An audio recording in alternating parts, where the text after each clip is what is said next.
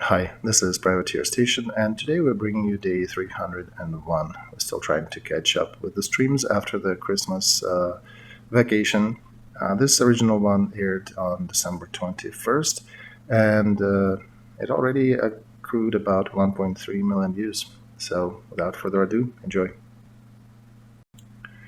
Dear friends, glad to see you all. It is 6 minutes past 10 in Kiev, 6 minutes past 11 in Moscow. Day 301 with Olexiy Arestovych. Glad to see you, Olexiy. Glad to see you. All right. What can we say? 125,000 watching us, 25,000 click the like button. Please subscribe to Feygin Live, to Olexiy Arestovich channel, and to the Privateer station if you are listening or watching that in English. Let's quickly take a look at the front. There's nowhere to walk for, but still, let's take a look. Well, there is some information I cannot disclose, so we cannot go over some details that are unfolding now until they're announced. Let's go start with the political news. Okay, let's go with political. I've seen that in the news they start talking about Patriot. When will that happen, and how will it change the situation? It is important, and it does change the landscape. One battery can cover the area of Kiev or an adequate size area. To change the situation drastically, we need 3 or 4. One battery of Patriot can cost up to $1 billion, depending upon the complexity of it, from basically 200 million and up. Again, depends how many components are there. Is it 4-piece system or a different configuration? So, in any case, we know that it will come and it will change situation drastically, because the Patriot complexes were given, as I understand, they actually are capable of fighting missile threats as well. So they're capable of protecting us from ballistic missiles too. And on the precipice of possibility of Russian Federation using Iranian ballistic missiles, that could be a very useful feature, and that could actually be triggered by that potentiality of Russians using Iranian ballistic missiles.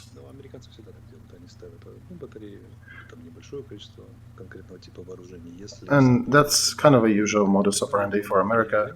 They usually put a small testing sample of a weapon to see how it performs, and if it performs well, then they can expand.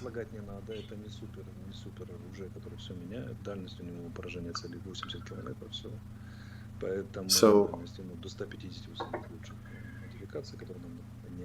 in any case, this is not a complete game changer for this war. It's a great cover for certain areas. The radius of activity for that system is roughly between 80 and 150 kilometers. I don't think we'll be given the 150 ones. It probably will be closer to 80, but this is a very good shield for that area. And the additional bonus is that the system can be integrated with the overall system, because older systems, the older Soviet systems, they're pretty autonomous. Each of them tracks their own targets and attacks whatever it sees. These new ones, they actually communicate.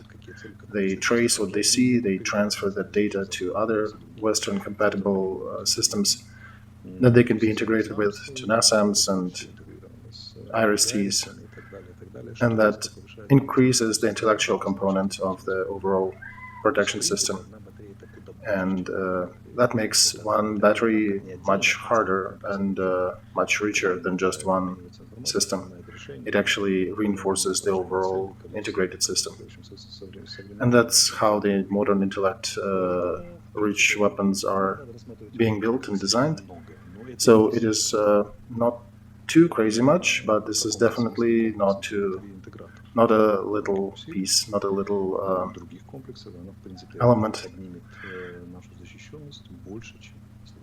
And just the factor that it's a smart system, it will increase our capability to defend our territory from missiles much better than if it was just one that wouldn't talk to others. And I'm just waiting till Americans realize that they do need to destroy Russian army at a certain pace. Basically, they need to figure out the tempo of that destruction. I think they are somewhat held back by lack of concept of what to do with Russian army, of what to do with Russia after this war, and what will happen to this country after this war. And since they don't have a strategic vision for that part of the world, they are not supplying weapons in the quantities that would change situation so drastically that they would lose even more control. And they don't like setting situation going on the uncontrolled route. Of course, it would be nice, I understand, on the Ukrainian side for us. If we win over Russia rapidly, that would be awesome. But if you push back a bit from that topic and look at it from a bigger distance, even for Ukrainian citizens, are we ready to face Russia that has been utterly destroyed? What if Prigozhin and Zolotov start fighting and become political figures? What if we have 20 Kadyrov Chechnyas on the territory of Russia with more man-made catastrophes, with questionable maintenance of nuclear arsenal or whatever is left of it?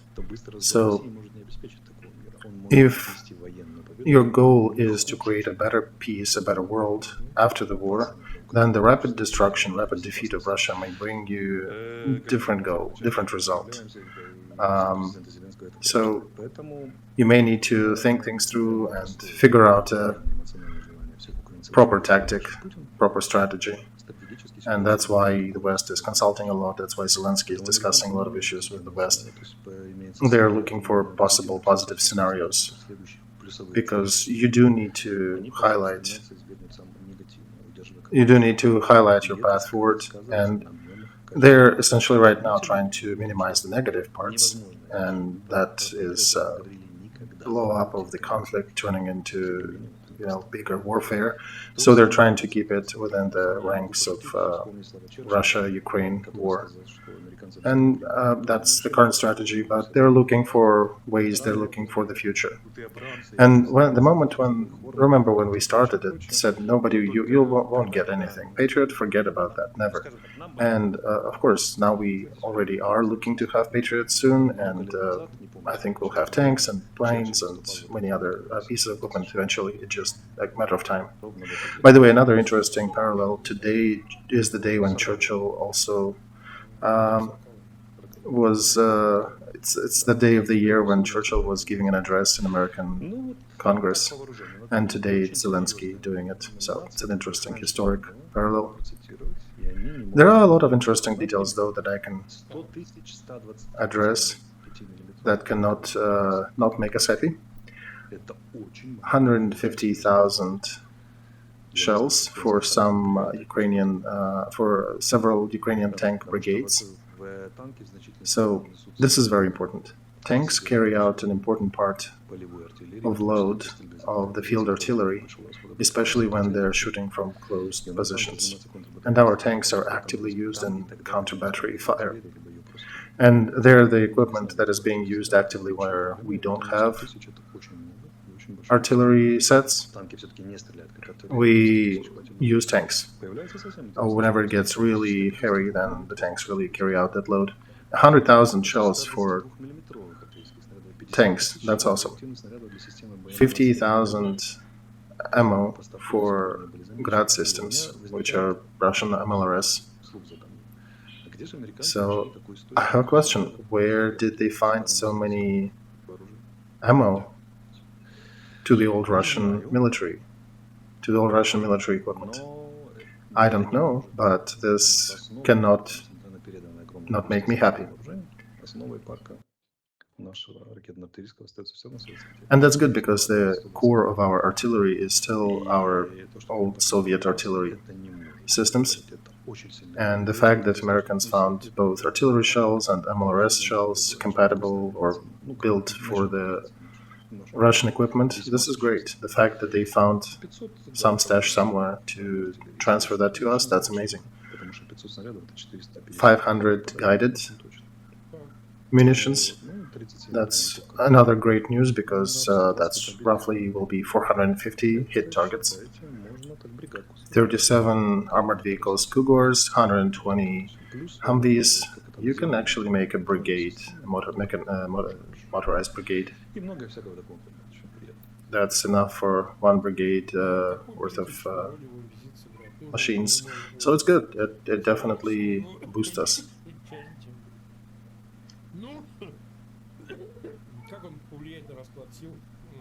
So let's address Zelensky's statement. Olexiy, what do you think? What will be the result of that speech? How will he be able to sway the moods in the Congress, Senate? Mark, it depends upon the character of that speech, because it's a complex situation there. First of all, Americans face a dilemma of fighting between Republican and Democrats sides.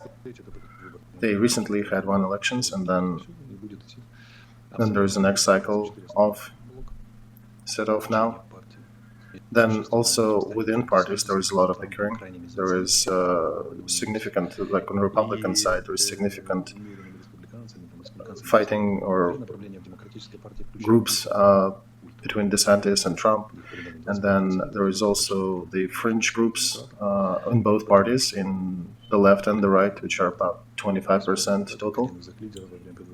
And that's a big problem for Democrats too, because if you remember during the election campaign, one of the extreme on the Democrat side actually had a statement that Gulag is good and we should put all the Trump supporters there. This is a significant issue for America. It does sound really bad, and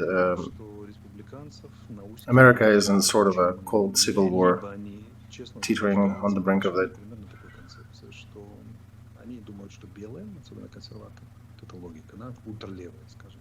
And the logic is that ultra-left Democrats, Republicans' logic is that ultra-left Democrats is much worse than Putin.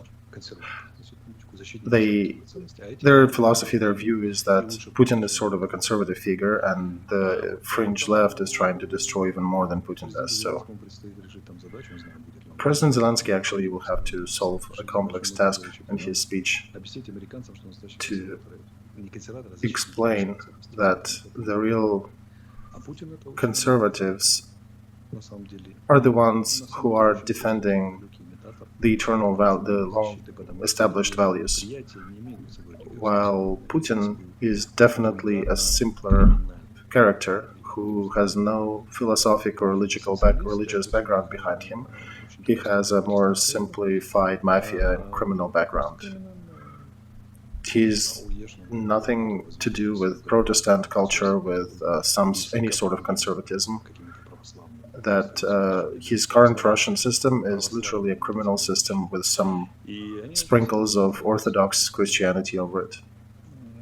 And that the West is really wrong thinking of Putin as a conservative figure. And we'll see the result, we'll see what will come out of the speech, but we understand that there'll be millions of eyes watching him.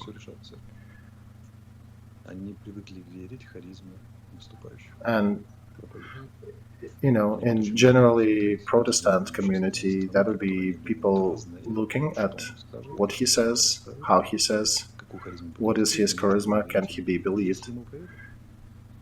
If he manages to sway their opinion into his favor to a higher degree than before, then the situation will definitely change.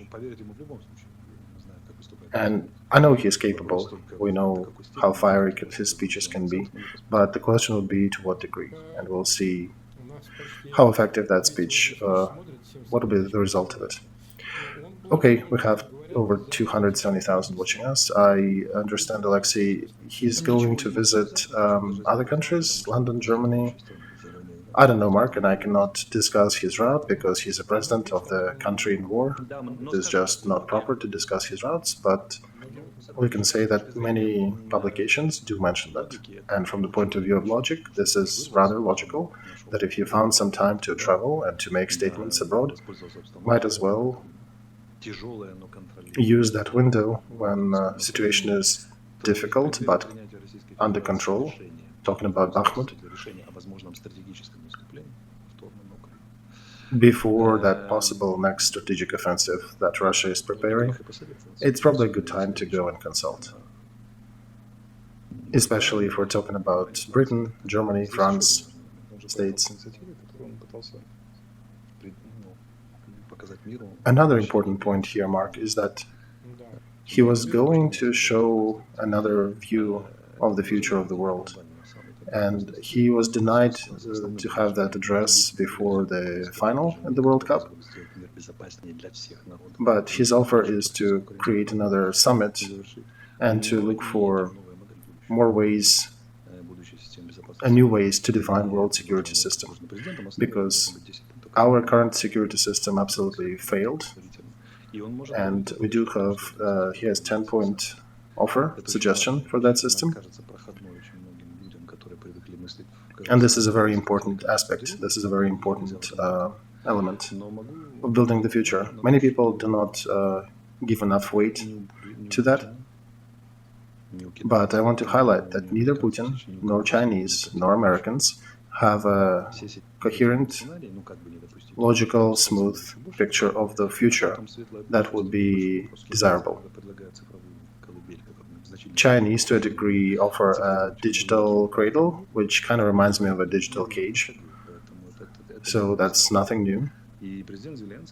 And President Zelenskyy, as an outline, so far it is a draft, but he is offering a new solution, a new vision for that future. And it will be interesting if he will bring it up and discuss it on this forum. Of course, it is time to start thinking strategically. The war will be over soon, not tomorrow, but it will be. And remember, Yalta Conference, the Second World War, happened in 1943, when the fighting was the heaviest. Already then, the leaders of the world were discussing the contours of the future world. And the United States haven't even joined the fight in the European theater at that point. It was only Britain fighting in Europe. There were fights in Africa and some other parts, but America hasn't been engaged with Germany in Europe full scale. So that's the analog, I think, of the Mobile Tehran conference.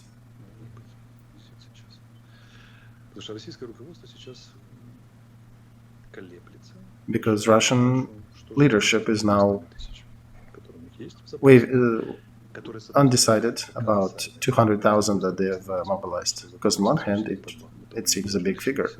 On the other hand, near Bakhmut in the last 2 months, they've wasted 60,000 and is casualties, and they have not even taken 2 small towns. So even to extrapolate, to take a whole Donetsk region, there are 5 more bigger cities in Donetsk area. So these 200,000 only seem to be a lot. And Putin, his generals, there are some people with analytical mindset there, and they understand that if 300,000 that initially invaded Ukraine, that were very well prepared, plus Donetsk and Lugansk troops, failed to solve the task that was set in front of them, it's impossible to peg this task onto the mobilized crowd, who are poorly trained and poorly equipped. And they're at a fork, because if they waste these next 200,000, I'm kind of curious if Russia will even be able to gather another 200,000. Probably they might be able to gather that, but they will not have enough ammunition and weapons to arm them. And even if they succeed, what will be their effectivity on the front? Will they be able to solve the task of holding Crimea or Lugansk and Donetsk regions? And what if some people are saying the war will spill onto the territory of Russia? And if that happens, what will Russia use to defend its territory? So that's a lot of interesting questions there. I know you're a skeptic and you'll probably say that they will still go fight regardless. I'm quite sure, Mark, that they are idiots. Yeah, Olexiy, they're idiots, right? Do they have any other option? Frankly, they don't have much. And right before that next wave, Zelenskyy is doing a consulting tour and talks to our allies in the West, discussing the capabilities of Ukraine to defend itself and the future of that situation. All right, Olexiy, thank you for this open answer. Putin tried to make several public statements, usual set, usual things, but perhaps you can comment on that a little. Well, as you noticed in your other interview, Mark, he's jumping between his general command, between Rostov, between Belarus, between his other generals and other armies, and he's trying to understand what is the true capability, whom can he rely on, what can he rely upon, and he's trying to look good, but realistically they're trying to solve the question of where, how, and with what tools can they continue their offensive. And it's going to be difficult, because if on the 24th of February they had a lot of advantages when they invaded us, right now even these 200,000 are not enough. On certain directions they can strain our front, and they can cause, situation like near Bakhmut. In 3 months, 2 kilometers at the cost of huge losses of the Russian side. It will be difficult when they waste these 200,000. It'll be very difficult to gather and arm the next one. So they're evaluating the capabilities and options. They understand that fundamentally these mobilized will not be able to change the front, but they're talking about winning the war, grasping the strategic initiative. But the moment I see Biden and Zelenskyy talking and discussing the future, I see that the plan of taking over the strategic initiative will be folded accurately and shoved deep into a certain orifice of Putin's leadership and his team. The old saying that, or as a classic wrote, that Russian is getting wiser not with his wits, but with his butt whipped. And that's where they're getting their training now. They understand that they need to continue offensive, but they can't. So they need to find a way to somehow still do that. So they're sort of positioning themselves in a more comfortable way on fire. And as somebody wrote, that it reminds of the first Christians who were, if they would be looking for a way to set themselves more comfortable on the fire that is about to be burnt under them. So that's what Putin and his generals are doing now. They're trying to set themselves better on this fire that's ready to be set ablaze. Okay, thank you, Olexiy. And today, I'm sorry, I'm sick. I have to acknowledge that it's difficult for me to ask questions and talk. My cough is interrupting my questions. I'll try to get better. I'll take some antibiotics and some other stuff doctors prescribe. So let's wrap that at this note today. Let's discuss more tomorrow. Plus, there'll be press conference. There'll be results of Zelenskyy's visit, and we'll be able to talk about that. So thank you, dear friends. Please share links to that stream, subscribe to Feigin Live and to Olexiy Arestovych, and see you all tomorrow. Thank you.